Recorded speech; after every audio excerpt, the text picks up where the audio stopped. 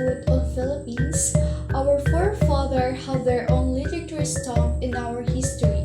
Our customs and traditions are traced in folk stories, old plays, and short stories. Of oral lore during the pre-Spanish period refers to the essence of core themes of the oral traditions, stories, and cultural knowledge that were passed down verbally in indigenous Philippine communities before the arrival of Spanish colonizers. These oral traditions typically included myth, legends, folktales, rituals, and historical narratives that conveyed the beliefs, values, and history of the various indigenous groups in the Philippines.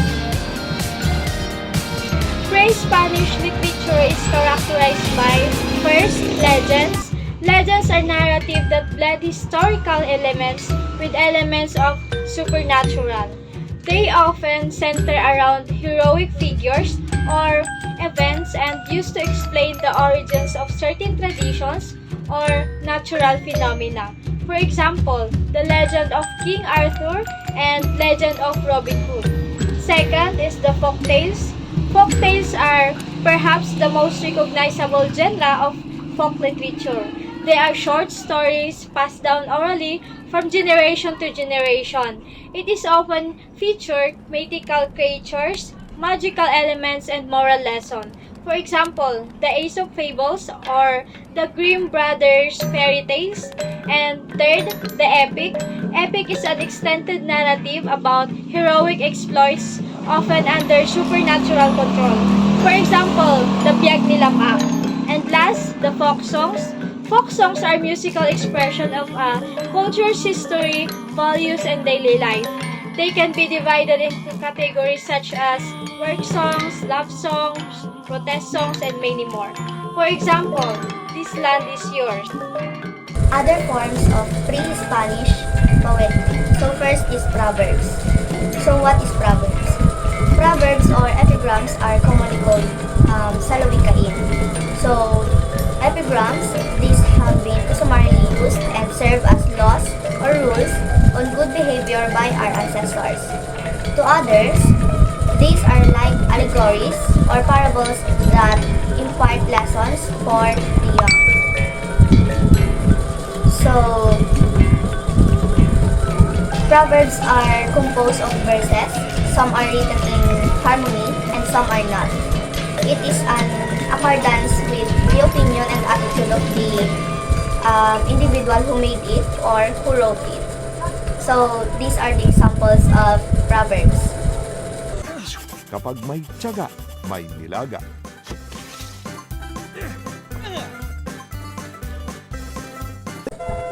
Next is riddles, or in Tagalog, bugtong. These are made up of one or more measured lines with rhyme and may consist of 4 to 12 syllables. So, they are often used for entertainment purposes during gatherings and celebrations.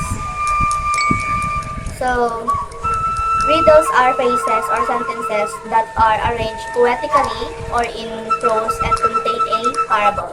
They are plain and short but clear and sensible. So here are some examples of bugtong.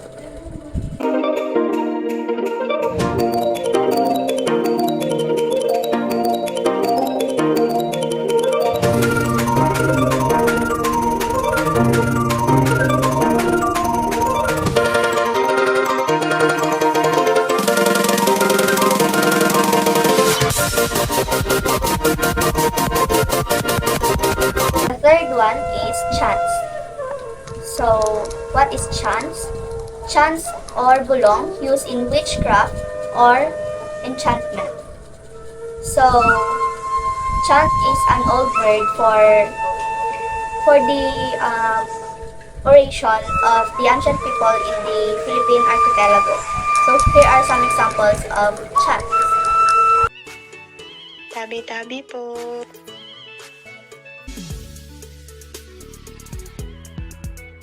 Dagang malaki, dagang maliit. Ito ang ngipin kong sara at pangit. Bigyan mo ng magandang kapalit. Next is maxims. So maxims are some are rhyming couplets with verse 5, 6, or 8 syllables, each line having the same number of syllables.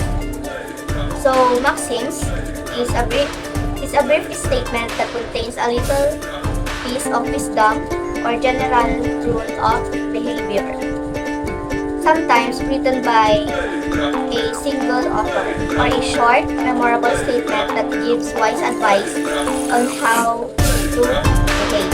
So here are some examples of maxims. So here are the examples of maxims.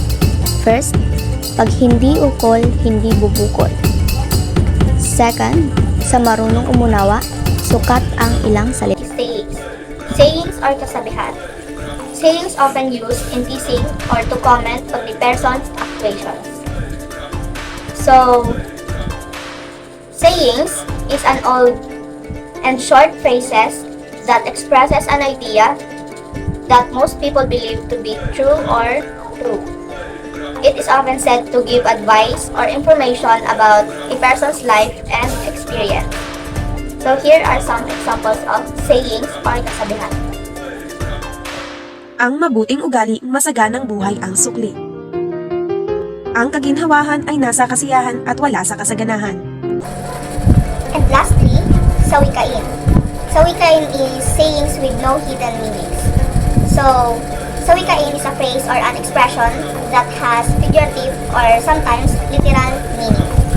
And sawikains are words or groups of words that have a figurative meaning and do not directly describe an object, opinion, situation, or event.